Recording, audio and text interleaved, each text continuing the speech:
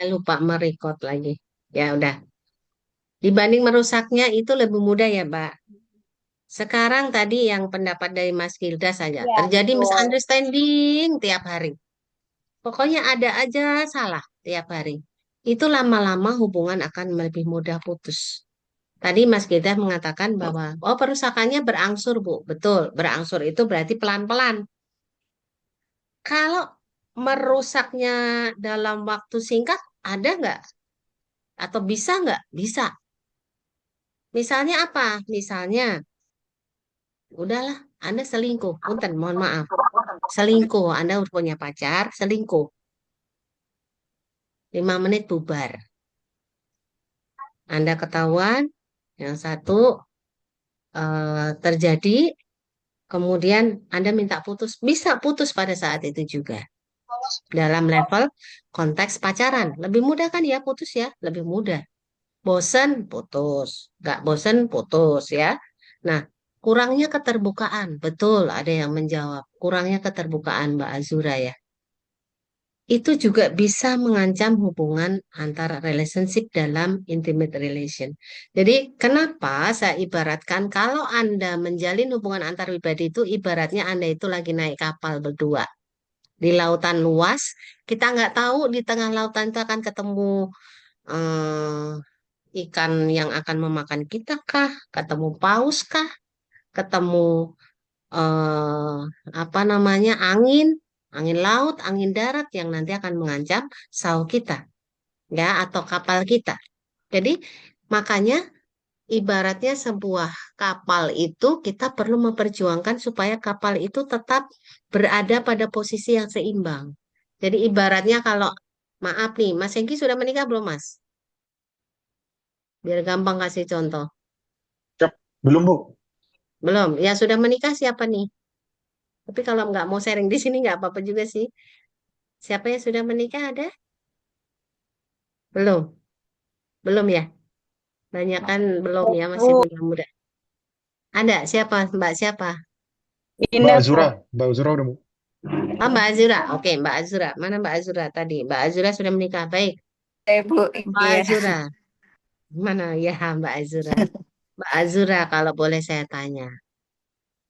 Kalau sebuah hubungan antar pribadi itu ada prasyarat yaitu adanya keterbukaan. Sebenarnya ada 4 syarat di PPT nggak ada.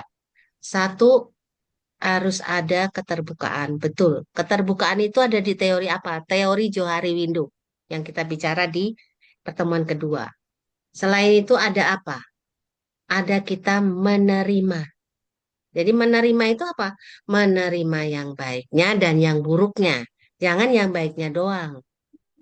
Kemudian berikutnya apa? Yang namanya percaya. Itu ada prasyarat tuh. Jadi kalau dalam tanya sama Mbak Azura, apakah unsur kepercayaan menjadi penting dalam hubungan antar pribadi? Penting banget nggak Mbak Azura? Penting Bu. Penting. Apa rasanya tidak dipercaya? Nggak enak sih Bu. Nggak enak, ya. Terus yang keempat adalah yang disebut dengan supporting atau mendukung, ya. Jadi itu ya 4 prasyarat.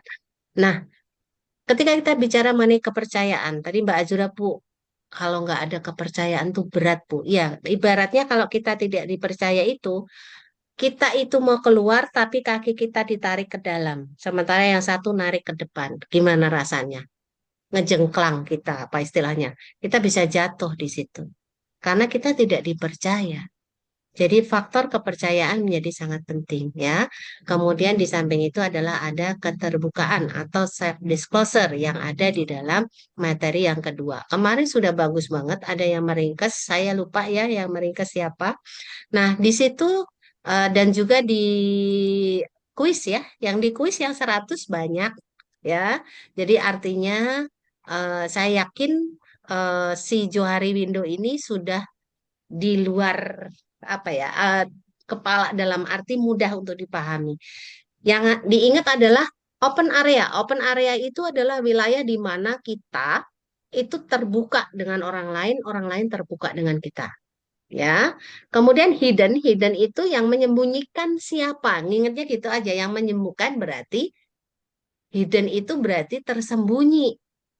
Jadi kita sengaja menyembunyikan, berarti kita tahu, tapi orang lain nggak tahu. Itu hidden area. Kemudian blind itu adalah buta. Siapa yang buta? Kita. Kita nggak tahu, tapi orang lain bisa lihat itu, ya, perasaan kita dan lain sebagainya.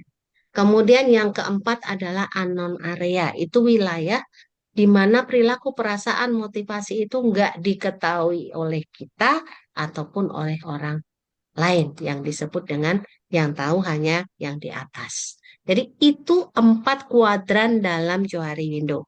Dan kemarin di kuis saya rasa cukup banyak yang 100, yang nilainya jelek juga cuma sedikit ya. Jadi saya yakin cukup mudah untuk memahami Johari Window. Ya, oke baik. Kira-kira ada yang ingin ditanyakan nggak yang materi kedua sebelum kita mengarah ke, nah ini yang terakhir nih, yang pola kendali itu menarik sekali. Ada yang mau ditanyakan dulu untuk pertama dan kedua? Jadi saya meringkas aja ya, meringkas dari materi pertama dan kedua. Ada yang pengen ditanyakan? Silakan. Atau mau didiskusikan? Silakan. Kalau nggak ada, saya lanjut sedikit ya ke yang ketiga, yaitu pola kendali komunikasi. Jadi pola kendali komunikasi, komunikatif atau yang komunikatif itu ya, itu adalah di mana kita dalam unsur komunikasi kita sebagai komunikator atau orang yang menyampaikan pesan, di mana kita itu memiliki keahlian, kecakapan untuk mengendalikan apa yang ada di sekitar kita. Yang dalam hal ini adalah komunikan kita. Paham ya? Itu yang namanya kecakapan atau pola kendali. Itu seperti itu. Nah, pola kendali itu tujuannya untuk apa? Ya supaya kita bisa mengendalikan kondisi seperti apa yang kita inginkan. Jadi kan kalau Anda menjadi komunikator kan Anda pengennya komunikator yang berhasil kan? Berhasil apa? Berhasil memahami, mempengaruhi komunikan kita. Nah, di situ itu banyak jenisnya. Ya, ada berbagai macam jenis pola kendali. Walaupun kita tahu bahwa dalam eh, apa cara-cara mengendalikan komunikan dalam hal ini yang dilakukan oleh komunikator itu berbeda-beda ya, tergantung dari faktor-faktor. Ada yang disebut dengan faktor yang tetap atau unsur yang tetap dan unsur yang tidak tetap. Yang tidak tetap ya. Yang tetap tuh apa? Yang tetap itu ya setiap orang itu selalu ada kebutuhan untuk bisa direspon. Setiap orang ada saling ketergantungan. Kemudian ada cara atau prosedur untuk melakukan kendali-kendali kita. Kemudian ada hubungan antara pengendali kita sebagai komunikator dengan yang kita kendalikan secara transaksional. Ya, itu yang tetap. Kalau yang nggak tetap apa? Yang nggak tetap ya prosedur-prosedur kendalinya tergantung konteksnya seperti apa, cara mengendalikan orang itu, kemudian tipe orang itu seperti apa, maka kita mana yang paling tepat strategi untuk mengendalikan komunikan kita sampai kemudian situasi juga mempengaruhi sebagai unsur yang tidak tetap ya. Nah, strateginya apa saja? Oke, sekarang saya tanya. Strategi yang pertama adalah strategi yang disebut dengan wortel teruntai. Nah, siapa nih yang memahami tentang wortel teruntai? Gimana tuh strategi ini? Anda memahaminya? Silakan yang mau berpendapat. Yang pola kendali pertama. Saya nggak perlu bagi slide-nya atau perlu nih? Perlu share slide nggak ya? Oke deh, biar biar kebayang deh.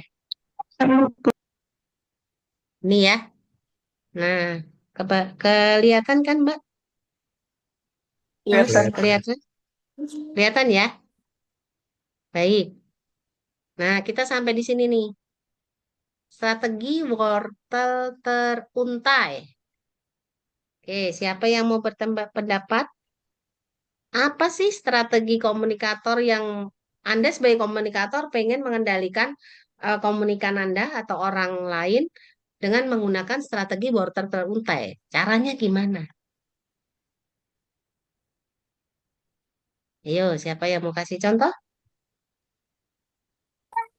Izin Saya Bu, Baik, Mbak, silakan Mbak Azura lagi. eh, contohnya misalkan seseorang eh, apa memberi janji atau iming-iming gitu, kayak memberi imbalan terhadap sesuatu yang dijanjikan gitu. Ya, misalnya Anda sebagai komunikator pengen apa terhadap komunikan Anda?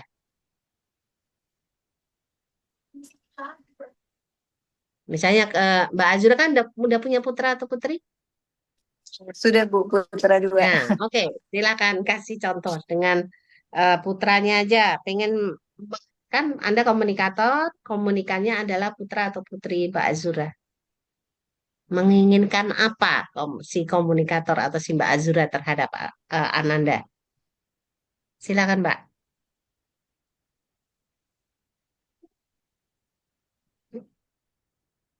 Ini wortel teruntai, Eh, ini prosedurnya, ya. Nah, gimana tuh? Gimana, Mbak?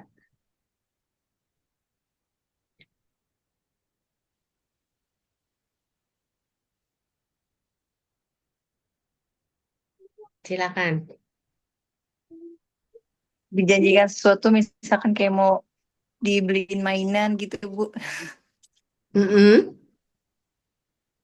Jadi Mbak Azura memberi imbalan berupa mainan, begitu? Untuk Iya, meminta apa? Permintaannya apa emang? agar misalkan anak saya eh, hari ini ke sekolah tepat waktu gitu ya, nanti mama kasih mainan yang kamu pengen gitu. Oke. Jadi si Mbak Azura sebagai ibu bilang bahwa oke, nanti kalau kamu datang sekolah tepat waktu, ibu akan berikan mainan, begitu ya, belikan mainan seperti itu. Nah, itu bisa dilakukan dengan wortel teruntai, ya. Atau justru dengan memberikan imbalan secara jelas dulu di awal. Boleh juga di akhir, begitu ya. Dan itu prosedurnya. Itu paling mudah ya. Artinya iming-iming atau imbalan itu sampai hari ini masih dilakukan oleh para komunikator-komunikator sesuai dengan tujuan yang diinginkan. Jadi misalnya kalau ke dalam konteks kampanye politik, kalau milih saya nanti dapat 100.000 misalnya. Kandidat-kandidat politik ya. Jadi ada iming-iming 100.000 kalau memilih si X. Makanya money politik menjadi marak ya. Karena itu memang berhasil ya dengan menggunakan strategi voter teruntai. Oke, mudah ya. Sekarang yang kedua, strategi pedang tergantung. Siapa yang mau berpendapat atau contohnya? Silahkan, strategi timbal balik Bu, seperti memberi imbalan. Oke, saat anak kita 2 tahun, kita suruh pipis toilet, anaknya melakukan, terus kita kasih pelukan atau pujian. Oke, baik, terima kasih Mbak Krisday ya. Kemudian atasan menjanjikan kenaikan gaji jika karyawan mencapai target tertentu. Oke, Mbak Indah, terima kasih. Baik, kalau yang kedua, gimana nih yang kedua? Apa nih contohnya?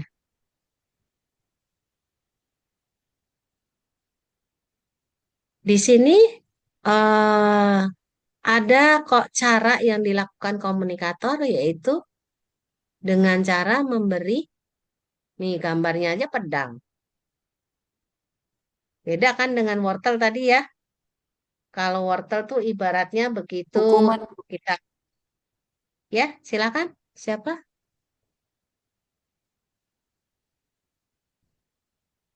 Siapa tadi? Silakan Mbak, Mas. Nah, ini pedang tergantung. Bisa dengan stimulus dulu yang nggak disukai atau yang dibenci begitu. Itu seperti tindakan mengancam gitu ya? Ya, kasih contoh Iya. Mbak, Mbak Ika. Contohnya misalnya kayak kita kan punya teman kerja ya di kantor. Mm-mm, Terus mm-mm, dia tuh kayak suka gosipin kita gitu kan. Jadi eh, mm-mm. kita nggak suka gitu. Terus kayak kita kan langsung negur kan. Kalau misalnya kamu masih ngomongin yang enggak, nanti aku laporin ke atasan gitu. Itu contoh seperti itu termasuk nggak? Oke, Anda dengan dia posisinya sama nggak? Sama sama Selevel temen atau Anda ah, lebih tinggi atau dia lebih rendah? sesama teman karyawan lah. Ya, dalam konteks sesama teman karyawan, ya Hmm, bisa saja sih. Ya, kalau kita yang jelas di strategi pedang tergantung ini adalah pastinya dia ada unsur yang sifatnya adalah satu menakut-nakuti, yang kedua ada sifat sifat paksaan. Ya, itu yang menjadi ciri dari strategi pedang teruntai. Sorry, strategi pedang tergantung ya. Jadi gambar pedang itu sebetulnya sudah merupakan representasi bagaimana sesuatu itu yang menakutkan, tidak menyenangkan, dan lain sebagainya ya. Jadi intinya berarti ada ancaman-ancaman tadi ya dikatakan. Bisa saja ketika levelnya adalah teman, kalau kamu ini ya nanti saya laporin karena saya udah melaporkan yang keempat kali misalnya.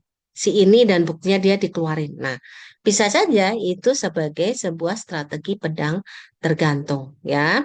Nah, tapi kita juga harus lihat komunikan kita itu siapa dan gimana. Karena ada komunikan yang nggak mempan dengan adanya strategi ini. Ada nggak yang nggak mempan? Ada. Udah ditakut-takutin mau diancam kayak apa ya dia udah tenang aja, cool-cool aja. Nah, berarti strategi pedang tergantung kita nggak berhasil. Barangkali kita harus menggunakan strategi yang lain. Nah, strategi si pedang tergantung ini banyak dilakukan dalam konteks-konteks institusi militer. Ya, jadi militer itu sifatnya militeristik itu kan biasanya atasan itu satu arah ya. Jadi dia memberikan perintah dengan berbagai macam eh, cara-cara atau teknik yang menakutkan mungkin, yang kemudian dengan dihukum lari, dengan disuruh apa, kemudian suruh nembak, suruh dan seterusnya, seterusnya, itu yang kemudian makanya strategi pedang tergantung itu bisa berhasil dalam konteks di mana satu komunikator itu lebih dominan dibanding dengan komunikannya. Makanya ini lebih berhasil. Tapi ketika selevel tidak ada eh, lebih dominasinya dan lain sebagainya, biasanya kita tidak memilih strategi yang ini. Kita akan memilih strategi yang lain, barangkali seperti itu. Jadi kita tetap melihat siapa komunikan kita dan kondisinya seperti apa. Itu yang harus kita pertimbangkan untuk strategi pedang tergantung ya. Jadi dia ada tiga strategi, itu hanya caranya aja yang berbeda ya. Jadi kalau kayak profit loss ya menghilangkan keuntungan, pokoknya kalau pekerjaan nggak selesai berarti kamu dipotong gaji. Itu aja udah merupakan strategi untuk profit loss misalnya ya. Nah ini intinya adalah bahwa ada sifat karakteristik yang lebih dominan di pihak komunikator ya. Nah, kemudian kita lanjut ke strategi berikutnya nih. Kalau katalisator seperti apa contohnya, Mbak, Mbak dan Mas-Mas?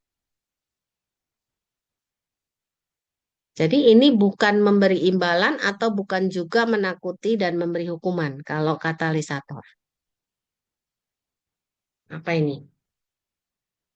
Katalisator itu akan berhasil ketika komunikator dan komunikannya itu selevel. Gimana nih caranya? Ada dua strategi ya, katalisator. Ada juga yang pendekatannya langsung dan juga pendekatan halus. Gimana nih contohnya? Gimana nih contohnya Mbak-Mbak dan Mas-Mas? Izin Kalau menjawab, Bu. baik, Mbak Seva, silakan. Mohon dikoreksi ya, Bu, bila salah. Kalau Mm-mm, pendekatan yang pertama itu kan secara halus. Misalnya aku ini bilang ke teman aku kayak aku belum ngeprint tugas gitu kan. Terus teman mm-mm. aku itu langsung kayak ngajak gitu Bu, kayak ayo sekalian bareng. Jadi kayak kita ke sebuah toko ke tempat printan berdua Mm-mm. gitu. Jadi tanpa imbalan. Kalau kayak gitu benar atau tidak Bu? Oke, jadi artinya keinginan untuk mengumpulkan tugas bareng itu Anda melihat komunikannya kenapa? Kenapa harus Anda ajak bareng? Karena kayak misalkan rumah kita dekat, jadi sekalian kayak gitu. Karena kan emang nggak ada imbalan, jadi kayak biar bareng aja. Oke, jadi katalisator itu apa bisa berhasil begitu ya, boleh dikatakan menjadi cirinya itu tanpa imbalan, tanpa hukuman, jelas. Kemudian tidak masing-masing individu di dalam komunikasinya itu mengurangi rasa ego masing-masing. Itu yang ada dalam katalisator. Kemudian dia ada tujuan untuk memotivasi. Nah, itu yang menjadi ciri di katalisator ya. Jadi artinya berarti ada dorongan-dorongan perilaku inisiatif yang dilakukan oleh komunikator dengan menggunakan pesan-pesan untuk membangkitkan semangat si komunikannya supaya melakukan sebagaimana apa yang diinginkan oleh si komunikator tersebut ataupun si komunikannya. Jadi ada selevel ya. Tadi contohnya betul tugas, ayo semangat mumpung ada barengan gitu ya. Mungkin kita dekat dan seterusnya. Iya, itu merupakan strategi katalisator. Paham ya? Jadi cirinya tadi tergantung dari inisiatif masing-masing tanpa ada imbalan dan hukuman. Kemudian dia juga lebih cenderung mengurangi keegoan, keakuan masing-masing dari sisi komunikan dan komunikatornya, sampai kemudian dia tujuannya adalah untuk melakukan motivate tadi ya. Jadi memberi motivasi. Jadi itu yang merupakan strategi katalisator. Paham ya? Oke, baik. Berikutnya kalau kembar siam.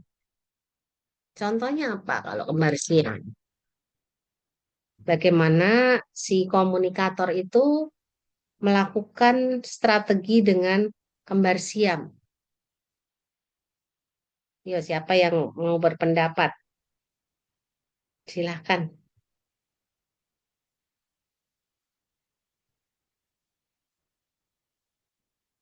silahkan. Mbak Ika lagi? Atau mas-mas yang lain? Silahkan. Bu, maaf Eh, saya tanya. Boleh, Mbak Dewi, silahkan. Kalau misalkan dari strategi kembar siam ini, kalau misalkan dari mungkin saya ambil contoh dalam pekerjaan saya ya. Saya sebagai Hmm. marketing yang Sebagai dimana apa, Mbak? Marketing? sales marketing, Hmm, hmm, hmm. yang dimana kan pada fokus pada penjualan nih. Apakah Hmm, kalau misalkan kita ambil kasus sebagai contoh, misalkan rekan saya gitu, penjualnya menurun sementara saya mungkin bisa disebut stabil atau sedang high. Lalu hmm. saya memotivasi dirinya untuk berkembang atau bangkit bareng gitu. Itu termasuk Nah, dengan ini diam atau enggak? Masih nah, belum. ini kembar siam apa yang ini nih? Apa yang katalisator kalau contoh dari Mbak Dewi tadi? Kalau menurut teman-teman, Katalisator, Bu. katalisator Mbak Azura. Apa? Kok enggak kembar siam? Padahal Mbak Dewi maksudnya mau ngasih contoh kembar siam. Kalau menurut saya, kalau kembar siam itu ada seperti janji jika mengikuti atau imbalan, atau juga ada ancaman jika menolak. Itu kalau Kalau kembar siam, kayak misalnya contohnya di suatu ruang kelas, guru ke siswanya bisa bilang, misalkan kalau kalian mengumpulkan tugas tepat waktu, nilainya akan ditambah, tapi kalau kalian telat, otomatis nilainya akan dikurangi gitu.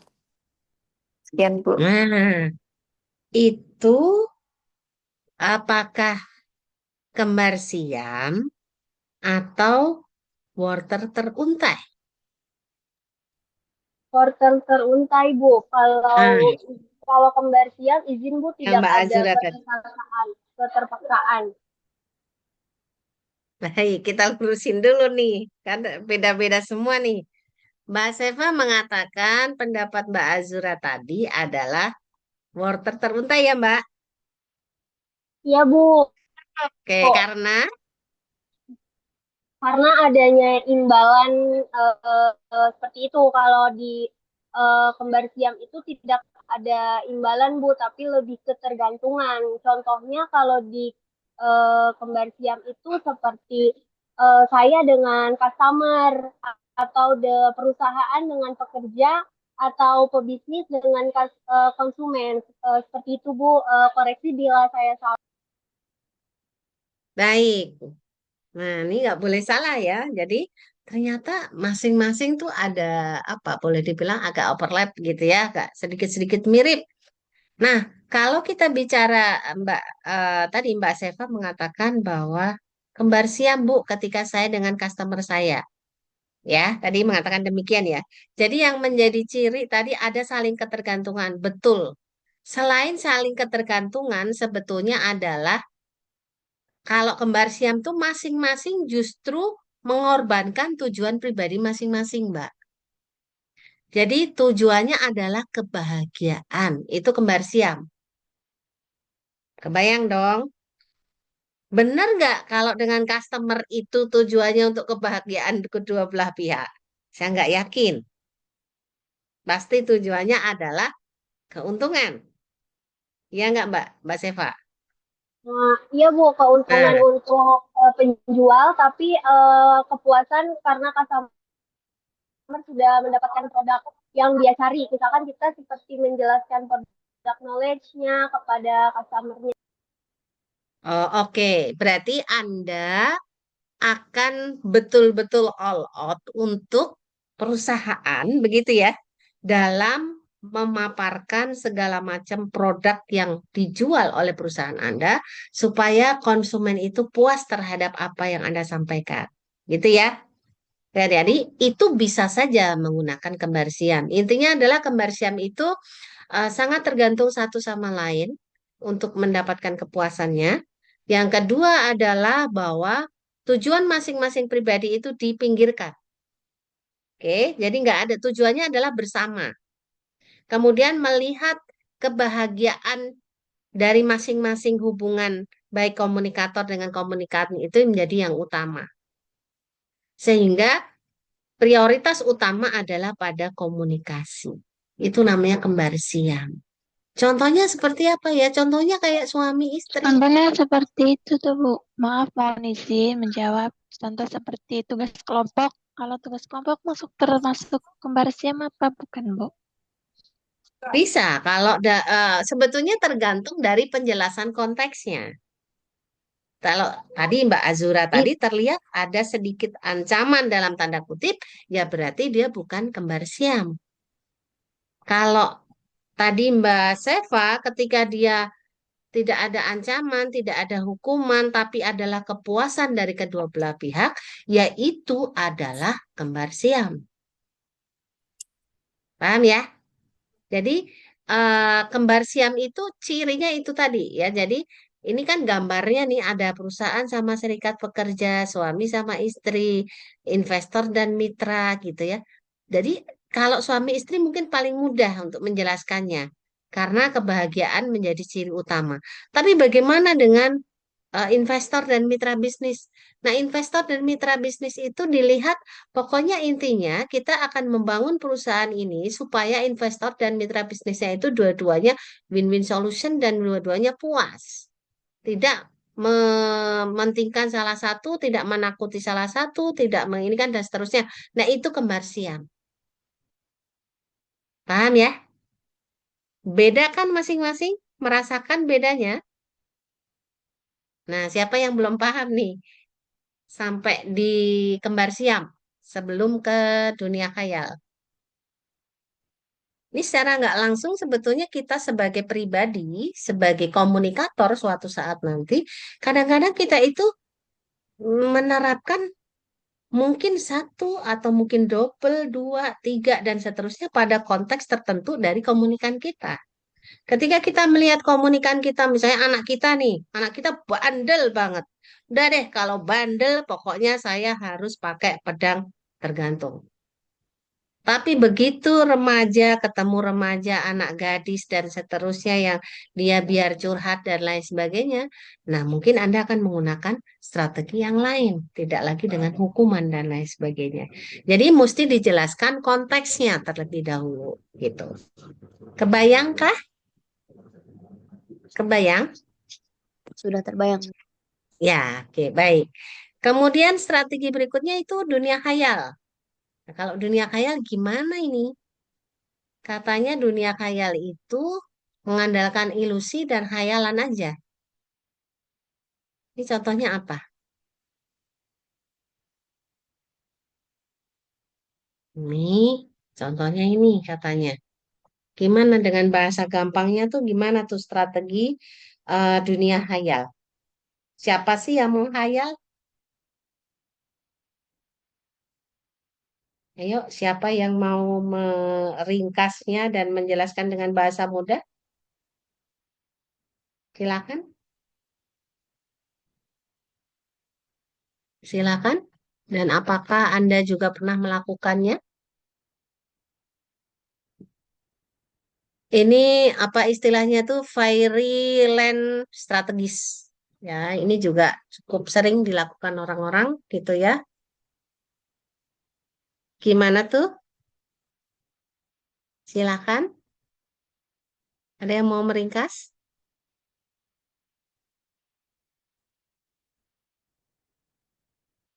Nggak ada. Mbak Seva barangkali? Mohon izin, Bu. Oh, Mbak Anugrah. Oh, Mbak Disa. Oke, silakan Mbak Disa. Strategi ini demi mendapatkan respon yang diinginkan, menciptakan ketenangan di antara komunikator dengan komunikan. Oke.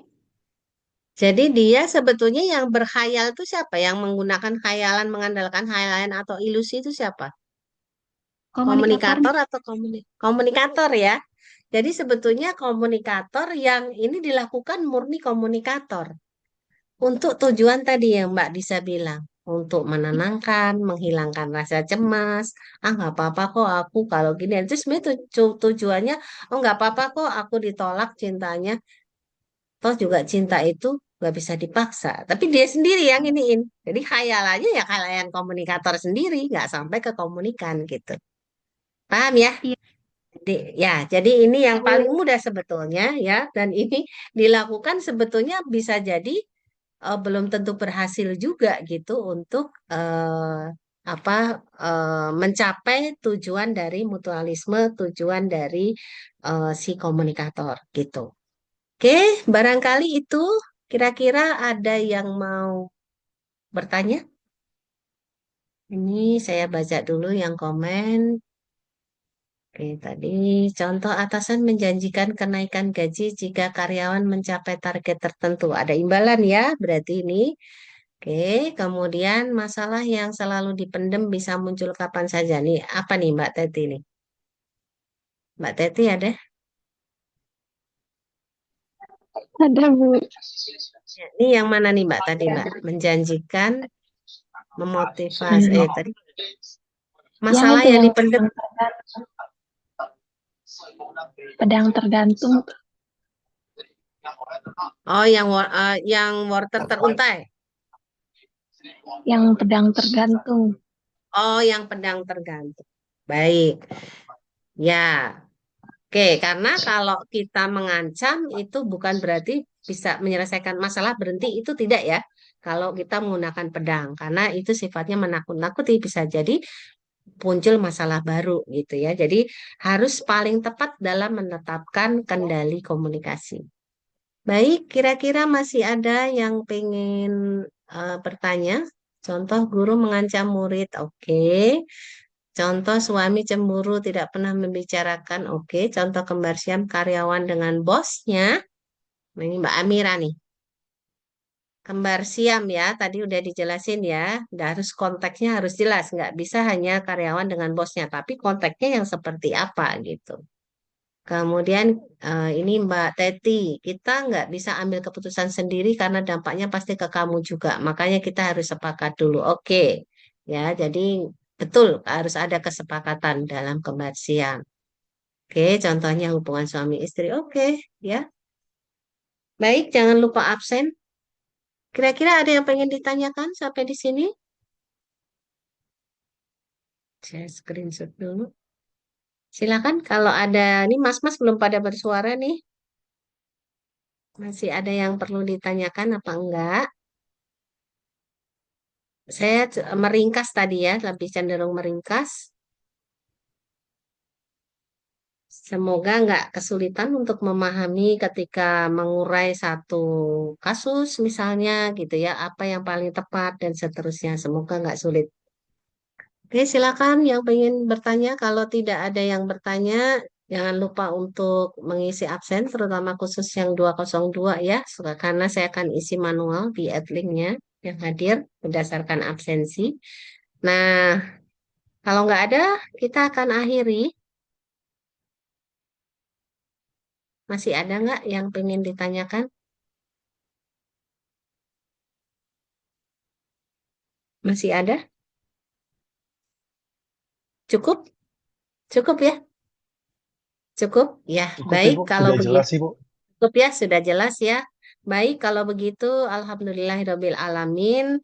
eh Zoom pada pertemuan malam hari ini saya tutup. Terima kasih banyak atas partisipasi teman-teman semua. Semoga bermanfaat dan juga khusus untuk ketua kelas di KM 201 dan 202.